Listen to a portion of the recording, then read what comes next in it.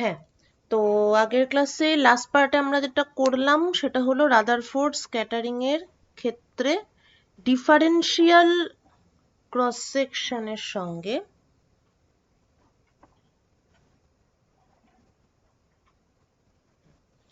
Differential cross section অর্থাৎ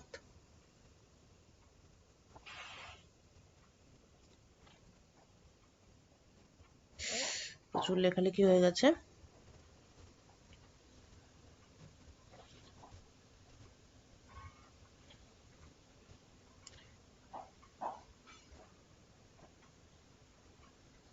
differential cross section. আচ্ছা, differential cross section ব্যাপারটা কি? ডিফারেন্সিয়াল ক্রস সেকশনের ডেফিনেশন হচ্ছে কতগুলো স্ক্যাটারিং হচ্ছে per unit flux in the range theta plus d theta. এমনিতে আমরা scattering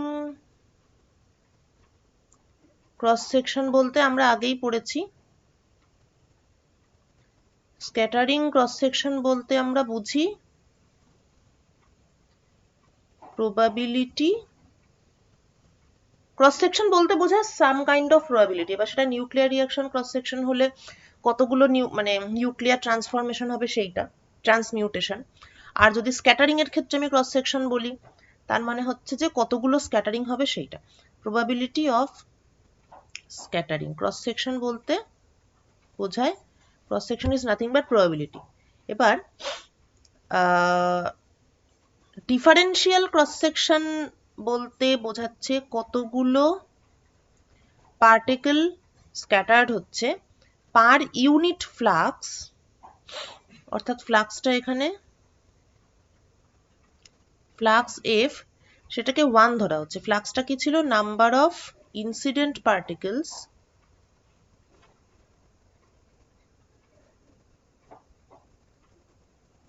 per unit area per unit time.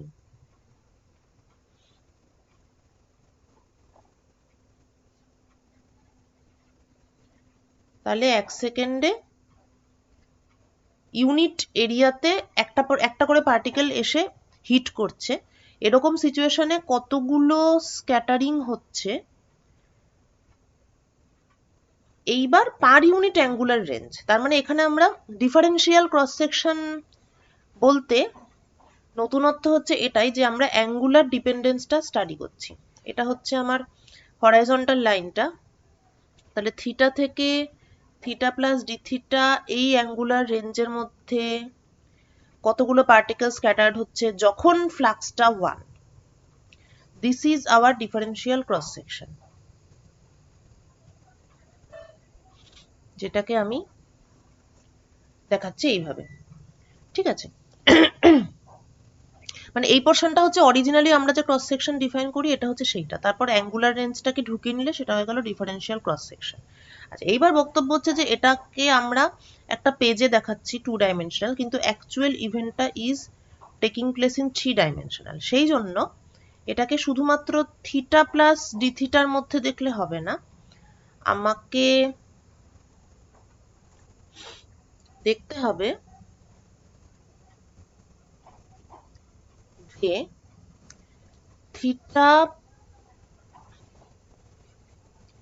Theta থেকে থিটা প্লাস ডি থিটা এবং ফাই থেকে ফাই প্লাস ডি ফাই, এই যে সলিড অ্যাঙ্গেল, এখন এটা হয়ে গেল সলিড অ্যাঙ্গেল, এই সলিড অ্যাঙ্গেলের মধ্যে, তার মানে জাস্ট এইটুকুর মধ্যেই নয়, এবার এটাকে আবার অল ফাই কনসিডার করছি, মানে পুরো জিনিসটাকে আমি 2 পাই ঘোরাচ্ছি।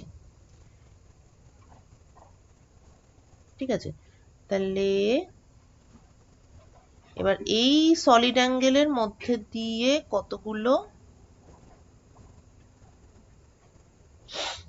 কতগুলো পার্টিকেল স্ক্যাটার্ড হচ্ছে যখন flux equal to 1।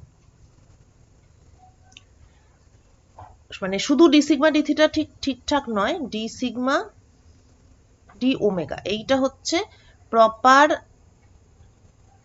Mathematical representation of differential cross section. হলো। আচ্ছা, এইবার হচ্ছে আমরা আমাদের ক্যালকুলেশন থেকে প্রথমে তো আমরা ওইটা দিয়ে শুরু করেছি, ইম্প্যাক্ট প্যারামিটারের সঙ্গে এর রিলেশনটা, ইম্প্যাক্ট প্যারামিটারের সঙ্গে স্ক্যাটারিং অ্যাঙ্গেলের রিলেশনটা, সেটাকে ডেরিভেটিভ করে আমরা এই জিনিসটা পেলাম।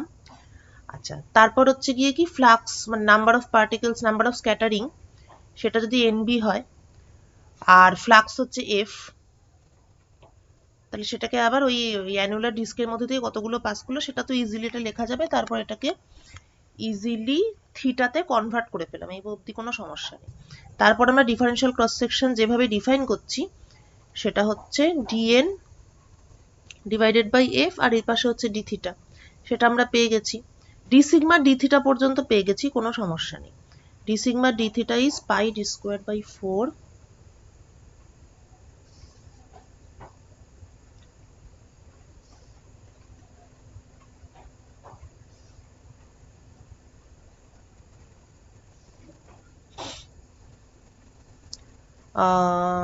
cos theta by 2 sin cube theta by 2,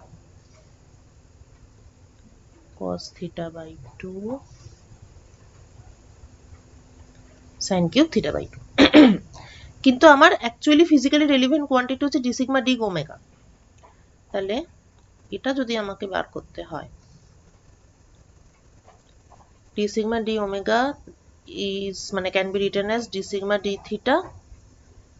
theta d omega.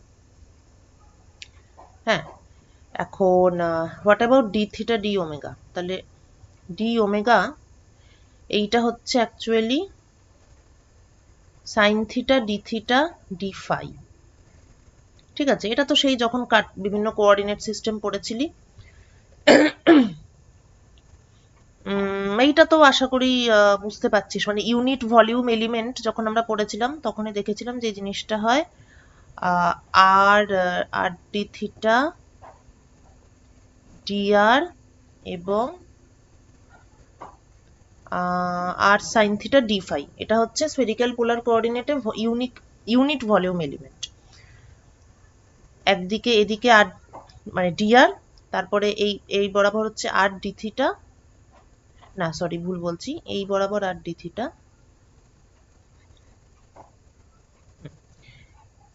Radius বরাবর হচ্ছে ডিআর, তার সঙ্গে পারপেন্ডিকুলার ডিরেকশনটা হবে আর ডি থিটা, কেননা এটা হচ্ছে ডি থিটা। হ্যাঁ, তাহলে এরকম করে একটা শীট পাওয়া গেল। তারপর শীটের সঙ্গে আবার এপাশের যে আর কি কিউবিক যে ইয়েটা মানে এই যে লেন্থটা, সেইটা হচ্ছে r sine theta d phi. আচ্ছা, তার মানে ইউনিট ভলিউম এলিমেন্ট হলো r square sine theta d theta dr d phi. এর মধ্যে রেডিয়াল পার্ট হচ্ছে আর স্কোয়ার ডিআর আর অ্যাঙ্গুলার পার্ট হচ্ছে sine theta d theta d phi. তাহলে এইটাই হচ্ছে আমার সলিড অ্যাঙ্গেল পার্টটা। ঠিক আছে, রেডিয়াল পার্টটা বাদ দিয়ে বাকি যে পোর্শনটা সলিড অ্যাঙ্গেল পার্টটা, তাহলে সলিড অ্যাঙ্গেল পার্ট হচ্ছে sine theta d theta d phi.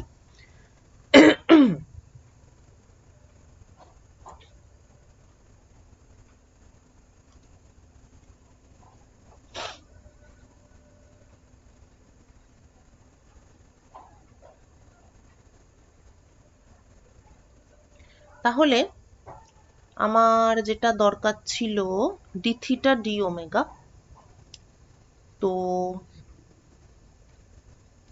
D theta d omega হচ্ছে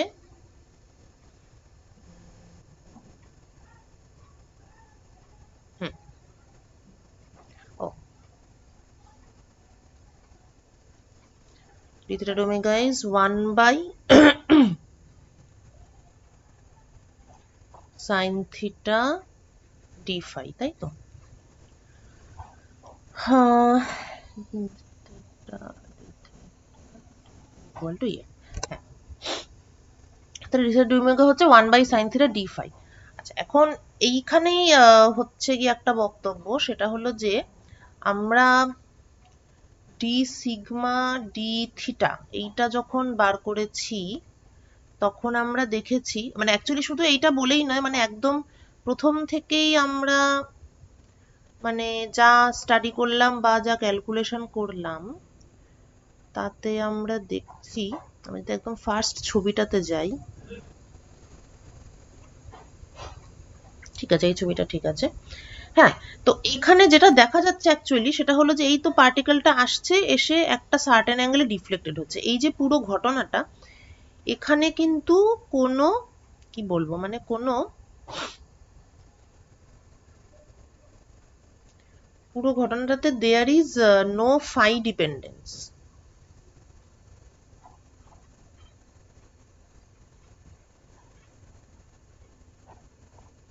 ঠিক আছে, মানে এই দিকে তো থিটা মাপছি, আর এখানে এভাবে যে একটা ফাই, মানে এই অ্যাঙ্গেলে, এই ডিরেকশনে এখানে যে আরেকটা ফাই অ্যাঙ্গেল, অ্যানাদার যে অ্যাঙ্গেল। এবার ঘটনা হচ্ছে এই যে পুরো টিউবটা, এই ধর আলফা পার্টিকেল আসছে, এবার এটাকে আমি যদি ঘুরিয়েও দিই এইভাবে, মনে করো এইদিকে আমি একটুখানি ঘুরিয়ে দিলাম, তাহলেও কিন্তু ইভেন্টটা একই থাকবে। মানে বলতে চাইছি যে আলফা, এখানে টার্গেট নিউক্লিয়াস আছে, আলফা পার্টিকেল এরম ভাবে এসে এভাবে চলে গেল, তো এটা যদি এরম ভাবে না এসে আরেকটু আমি এপাশে ঘুরিয়ে দিতাম, তখন সেটা মানে তখন সেটা এরম ভাবে আসতো, তারপরে সেটা একটা পার্টিকুলার প্লেনে এভাবে চলে যেত। মানে ব্যাপারটা হচ্ছে যে এটাকে যদি এভাবে ঘুরিয়েও দেওয়া হয়, তাতে অরিজিনাল ঘটনাটা চেঞ্জ হয় না। হ্যাঁ, তার মানে কি এখানে ফাই ডিপেন্ডেন্স নেই, ফাই এর উপর ইভেন্টটা চেঞ্জ হচ্ছে না। কুলাম্বিক ফোর্সটাও একই থাকবে, তার যে কম্পোনেন্ট ক্যালকুলেশন করলাম সেটাও একই থাকবে, তারপরে যে ইন্টিগ্রেশন লিমিট হলো, হোয়াট এভার যা যা হলো সবকিছুই, পুরো সিচুয়েশনটা একই থাকবে। ফাই অ্যাঙ্গেলে ঘুরিয়ে দিলেও ব্যাপারটা একই থাকবে, অর্থাৎ এখানে এই যে ঘটনাটা সেটার অ্যাজিমুথাল সিমেট্রি আছে।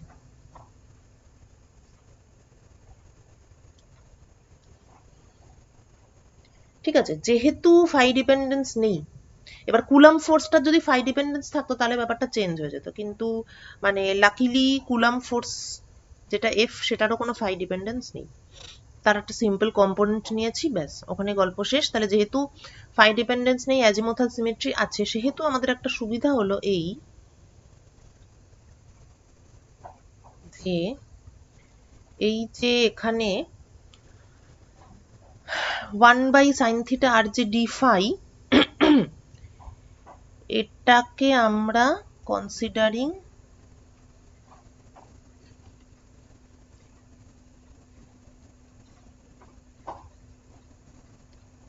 Azimuthal symmetry. ডি ফাই মানেটা কি, মানে হচ্ছে basically total change of phi. হুম, এবং যেহেতু since d sigma d theta is independent of phi, সুতরাং আমি যখন রিপ্লেস করব তখন আমি ডি থিটা ডি ওমেগা এখানে 1/sin থিটা, আর ডি ফাই যেটা মানে চেঞ্জ অফ ফাই, সেখানে আমরা টোটাল 1/, মানে টোটাল 2π বসিয়ে দিতে পারি, কেননা আমি যদি পুরো টিউবটাকে 2π ঘুরিয়ে দিই তাহলেও সিচুয়েশনটা একই থাকে। তার মানে টোটাল চেঞ্জ অফ ফাইটাকে, যদি ফাই ডিপেন্ডেন্স থাকতো, আবার বলছি যদি ফাই ডিপেন্ডেন্স থাকতো তাহলে কিন্তু এইখানে যখন এইটা বসাচ্ছি তখন আমি এইভাবে টোটাল 2π বসাতে পারতাম না, কিন্তু যেহেতু এখানে ফাই ডিপেন্ডেন্স নেই, তাই আমি যেটা করতে পারি, মানে এভাবে লিখলে হয়তো একটু আর্গুমেন্টটা বুঝতে অসুবিধা হচ্ছে, আমি এটা লিখি আগে, এটি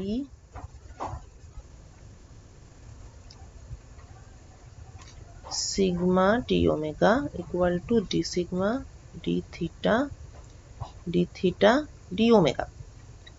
যেহেতু এই পুরো ব্যাপারটার মধ্যে ফাই এর কোনো গল্প নেই, তাই যখন আমি এটা পুট করব তখন আমি আর ডি ফাই না রেখে পুরো টোটাল এফেক্টটা নিয়ে নেব। মানে অ্যাজিমুথাল অ্যাঙ্গেলে ডিফাই চেঞ্জটা অবজার্ভ করে আমার তো কোনো লাভ নেই, কারণ ডিফাই চেঞ্জ হলে সিচুয়েশনটা কিছুই চেঞ্জ হচ্ছে না। তাহলে আমি পুরো শুধু মানে এই ডিফাই এর জন্য ডি সিগমা ডি ওমেগা না দেখে আমি পুরো অ্যাজিমুথাল অ্যাঙ্গেলের চেঞ্জটাই এর মধ্যে ঢুকিয়ে দিই, কেননা মানে এটা সর্ট অফ ইন্টিগ্রেশন, কিন্তু ব্যাপারটা পুরোপুরি অ্যাপারেন্ট হচ্ছে না যেহেতু এখানে ডিফাইটা নিচে আছে। হ্যাঁ, অ্যাকচুয়ালি কিন্তু আমি যদি এটাকে এভাবেও লিখি, d sigma d theta 1/sin theta d phi,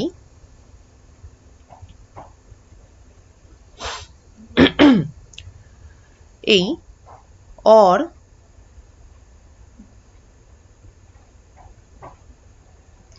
d sigma d theta d phi equal to 1 by sin theta d sigma d theta, ঠিক আছে। এইবার বাদিকে যে কোয়ান্টিটিটা আছে d sigma d theta into d phi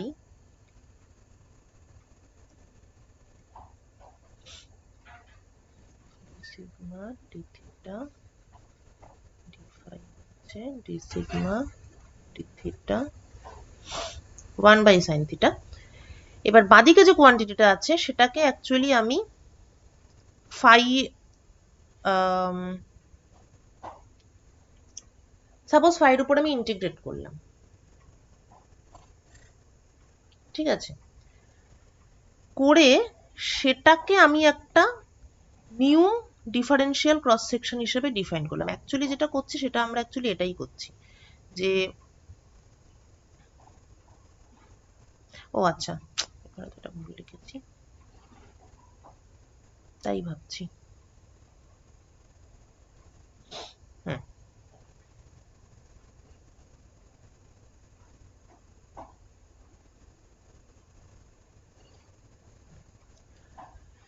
হ্যাঁ, তো বাদিকে যে কোয়ান্টিটিটা আছে d sigma d omega d phi, সেটাকে আমি এবার পুরো অ্যাজিমুথালের উপর পুরোটা ইন্টিগ্রেট করছি। তাহলে পুরোটা ইন্টিগ্রেট করলে আমি পাচ্ছি d sigma d omega multiplied by 2 পাই,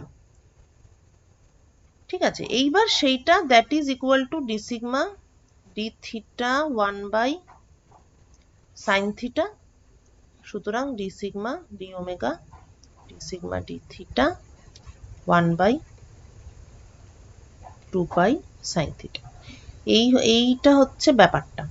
মানে সোজা কথা হচ্ছে যেহেতু অ্যাজিমুথাল অ্যাঙ্গেলের উপর কোনো ডিপেন্ডেন্স নেই, তাই আমি ডি ফাই এই চেঞ্জ অফ অ্যাজিমুথাল অ্যাঙ্গেল সেটা আমি এইটুকু মানে ডিফারেন্সিয়াল অ্যামাউন্টটা না ধরে আমি টোটাল চেঞ্জ অফ ফাই, মানে ডি ফাইটা আমি 2 ডিগ্রি করলাম 3 ডিগ্রি করলাম বা আমি টোটাল চেঞ্জ করলাম, এটার উপর মানে পুরো যে ডিফারেন্স স্ক্যাটারিং প্রসেসটা বা ক্রস সেকশনের কোনো এফেক্ট নেই। সেই জন্য আমি ডিফাই এর যেটা টোটাল চেঞ্জ হচ্ছে সেই 2 পাইটাকে আমি ডিফাই এর জায়গায় বেসিক্যালি পুট করছি, এটাই ব্যাপার, ঠিক আছে। পুট করে আমি এটা 2 পাই পেলাম, এই হলো ডি সিগমা ডি থিটা। তার মানে ডি সিগমা ডি থিটা যেটা পেয়েছি ওটাকে 1 বাই 2 পাই সাইন থিটা দিয়ে ডিভাইড করলে আমি ডি সিগমা ডি ওমেগাটা পাচ্ছি, ঠিক আছে। মানে বুঝতে পারলি কি ব্যাপারটা?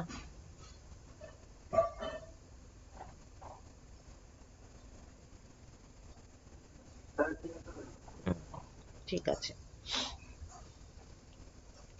ঠিক আছে। তাহলে তো এবার এখানে তো আর এক্সট্রা কিছু নেই। অ্যাকচুয়ালি এই ব্যাপারটা এইভাবে না করাটাই ভালো, বুঝলি, মানে এটা একটুখানি আর কি ঘুরিয়ে করার ব্যাপার। ওইটা যেরকম ভাবে করলাম ওরকমই করিস, তারপর 2 পাই সাইন থিটা দিয়ে অরিজিনাল এটাকে ভাগ করলেই ব্যাপারটা হয়ে যাবে।